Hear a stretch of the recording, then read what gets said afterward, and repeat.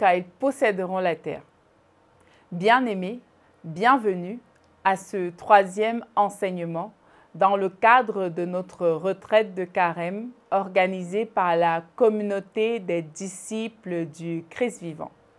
Nous en sommes à la troisième semaine de carême. Il nous reste encore 3 semaines pour nous exercer à la pratique des exercices spirituels et également à vaincre les 7 péchés capitaux et acquérir les vertus opposées. Aujourd'hui, nous allons vaincre la colère. La colère est un péché capital et nous allons le faire en acquérant la vertu de la douceur. Alors, notre enseignement sera organisé de la façon dont il suit. Nous allons d'abord voir qu'est-ce que la colère exactement, qu'est-ce que la colère pécheresse, ensuite, qu'est-ce que la douceur. Nous allons voir après la douceur comment vaincre la colère et devenir des personnes douces.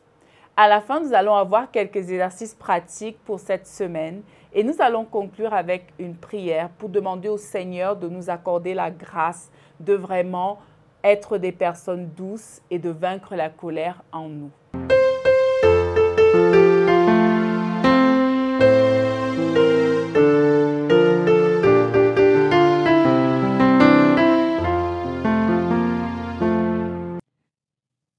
Alors, bien-aimés, qu'est-ce que la colère?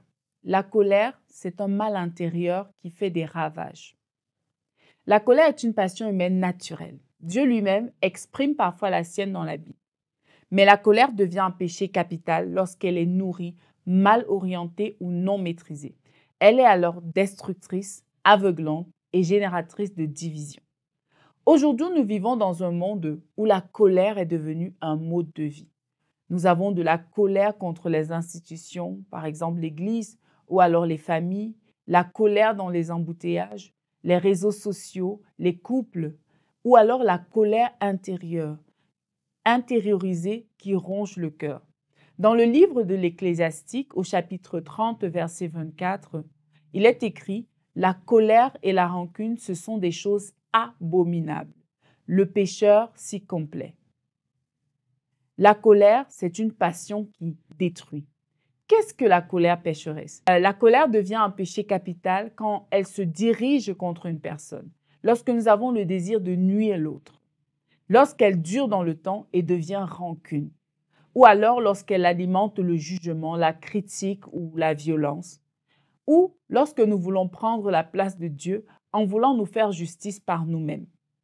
Dans le livre de Saint Jacques, dans l'épître de Saint Jacques au chapitre 1, verset 20, il est écrit « La colère de l'homme n'accomplit pas la justice de Dieu. » La colère ne mène pas à la paix, même lorsqu'on pense avoir raison. Elle éteint l'amour dans les relations, empêche la prière sincère, bloque le pardon et alimente l'amertume. Alors, quels sont les visages de la colère? La colère peut se manifester de plusieurs façons. Par des explosions verbales, des cris, des insultes, de la violence. La colère peut aussi être silencieuse et froide. Par l'indifférence, le mépris, le retrait affectif. Nous pouvons aussi avoir une rancune tenace. On refuse de pardonner à l'autre. Ou alors, la colère contre nous-mêmes ou contre Dieu. Nous pouvons nous poser des questions arrivées à ce niveau de l'enseignement. Est-ce que je vis avec la colère cachée dans mon cœur? Est-ce que j'ai appris à relativiser, à pardonner l'autre?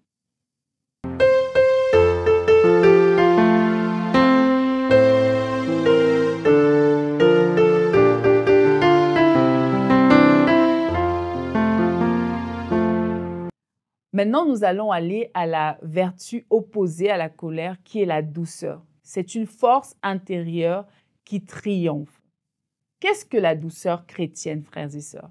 La douceur est une force maîtrisée, une paix intérieure qui ne se laisse pas dominer par l'émotion. Ce n'est ni la mollesse, ni la lâcheté, mais la fermeté dans la paix, la capacité à réagir avec amour, même dans les tensions.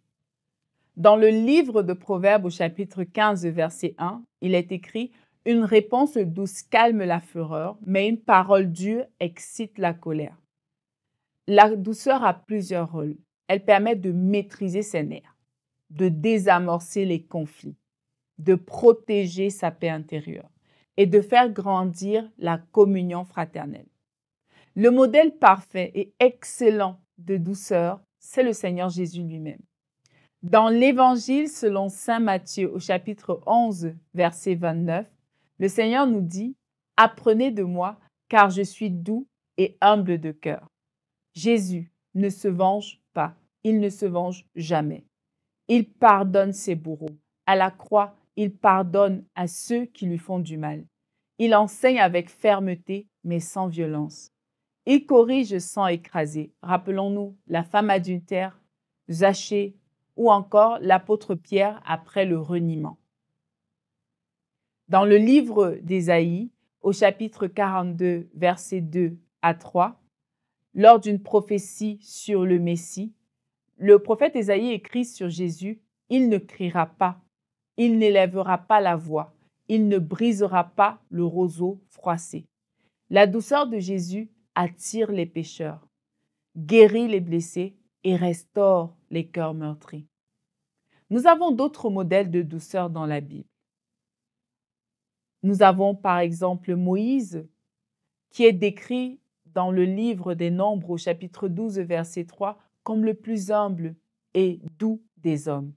Il intercède pour Israël malgré leurs nombreuses offenses. Nous avons également Joseph, le fils de Jacob, qui, trahi par ses frères, leur pardonne et les sauve de la famine. Nous pouvons retrouver cette histoire dans le livre de la Genèse au chapitre 45. Ou alors la Sainte Vierge Marie, silencieuse, forte et douce à la croix. Dans le livre de Galates au chapitre 5, verset 22, il est écrit « Le fruit de l'esprit est amour, joie, paix, patience, bonté, bienveillance, fidélité, douceur et maîtrise de soi. »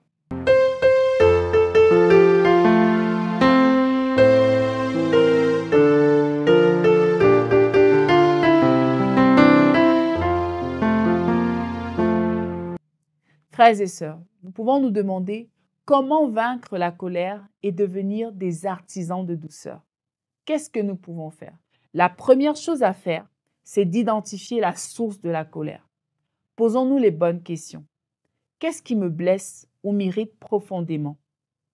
Est-ce une blessure ancienne, une attente déçue, un besoin non comblé? Est-ce que j'essaye de contrôler les autres?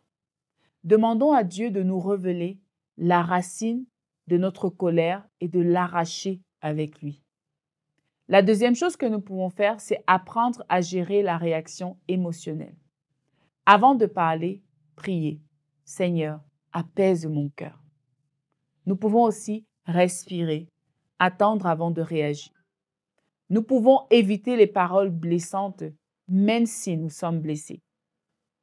La troisième chose que nous pouvons faire, c'est de pardonner pour nous libérer.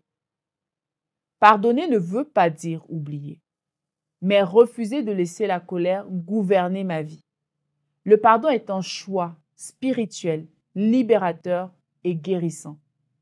Dans l'Évangile selon saint Matthieu au chapitre 6, versets 14 à 15, il est écrit, et c'est le Seigneur Jésus qui nous parle, « Si vous pardonnez aux hommes leurs fautes, votre Père céleste vous pardonnera aussi. » La quatrième chose que nous pouvons faire pour acquérir la douceur, c'est de la pratiquer chaque jour. Répondre avec calme aux agressions, désamorcer les conflits dans la famille, au travail, à l'église, prendre soin des personnes colériques avec patience.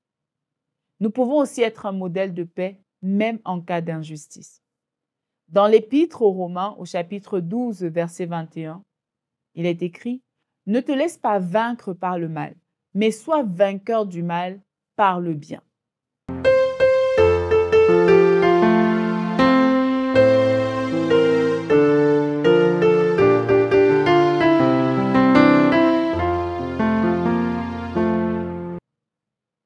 À présent, nous allons passer à quelques exercices pratiques pour cette semaine.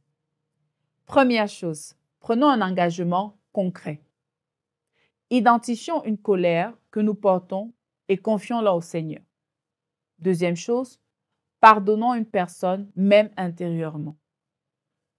Offrir une réponse douce où nous nous serions emportés. Nous pouvons aussi faire notre examen de conscience. Suis-je prompte à la colère?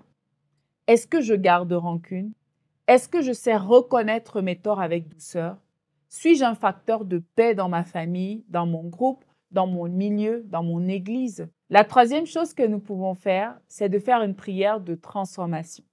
Prendre 5 à 10 minutes chaque soir pour demander au Seigneur de nous montrer nos colères du jour, de nous apprendre à maîtriser nos réactions et de nous infuser sa paix.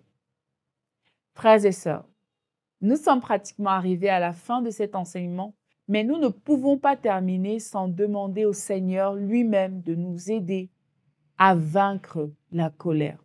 Nous allons prier ensemble et demander au Seigneur Jésus de nous aider. Seigneur Jésus, toi, le doux et humble de cœur, viens habiter en moi. Déracine la colère, la rancune, les blessures enfuies qui m'empoisonnent. Apprends-moi à répondre avec douceur, à garder mon calme, à bénir au lieu de maudire. Je vais être un artisan de paix, comme toi, Seigneur. Que ton esprit m'apprenne la vraie force, celle de l'amour. Amen.